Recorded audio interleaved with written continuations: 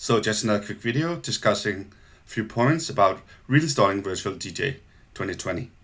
So right now I have the 32-bit version here, like that, and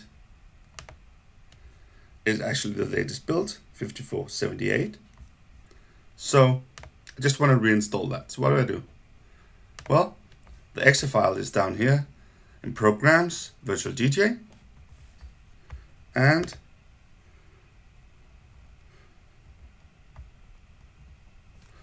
then there's the document folder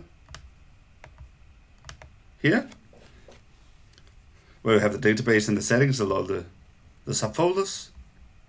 But if we go back here, you see this is from the December 19th at 06:53, and it's 50.503 kilobytes in size. So what can I do to reinstall that? Well, I can uninstall it first, like this. I use the same installer that I used to install it, and it actually finds out that it's already there. So it expects us to want to do something else. So we say, well, we want to remove it. Okay. I'll click remove. And then we get an extra question. Do you also want to remove settings, playlists, and database? So no, we want to keep our database and our settings. So we say no to that. And now, of course, it's gone. If we look in here, the Virtual DJ folder is gone. So I'll reinstall it. Run the same thing again. Now you can see now it's a normal installer because it's not there already. Install. And we can now see we got our Virtual DJ folder back over here. But if we look at it, you can see it's from 19th of December, 06:53.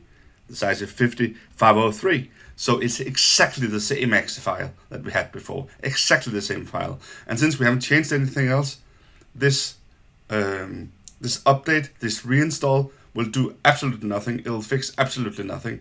So there's really no need to ever do that. So what's the other option that we have? Well, we could have uninstalled everything. So let's go back, say, don't want that. We go over here, see, okay. Then we might want to back all this stuff up if we don't already have it. So I've made a copy of it over here. So it's safe right now. So I go back into the installer. And I say, well, I want to remove it again. Remove. And this time I say, yes, I want to remove everything. And then this, of course, goes away. So when I reinstall it, now there's no Virtual DJ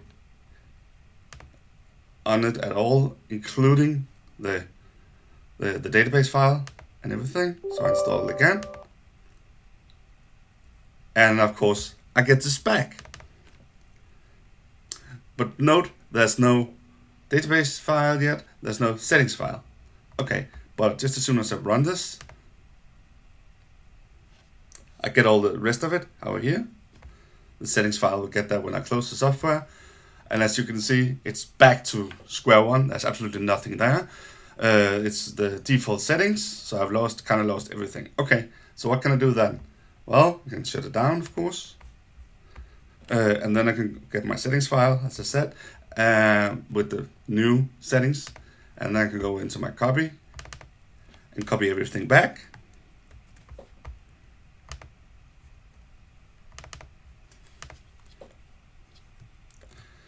It'll ask me if I want to put it together, and it'll ask me if I want to override all the elements that's in there. Yes, I want to replace, yes. And I can run it again. And then it's back. But what have I really done then? I've gotten the same exe file, and I've gotten the same database file, and I've got the same settings file.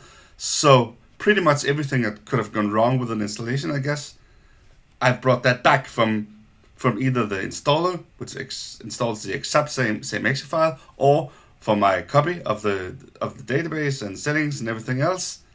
So this couldn't really have fixed anything either. So what's the recommended thing to do if you want to install the exact same version because you think something's wrong.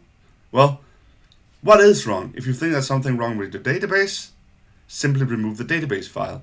If you think there's something wrong with your settings file, simply remove the settings file while the software is closed. If I do that, go back here, say, well, I think it's my database file. I can just remove that. I can run virtual DJ.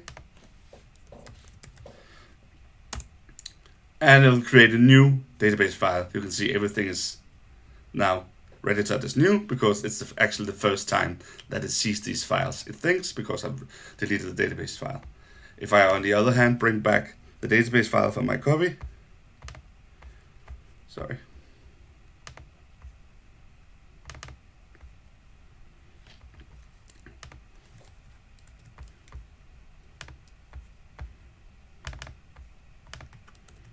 This,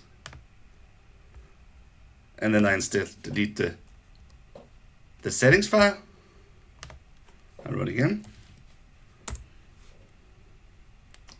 Then my database is okay. See, I'm not new. I already know all the BPMs and stuff, but all my settings are gone. So if my settings were wrong and I want to start over, I can just remove the settings file and start over.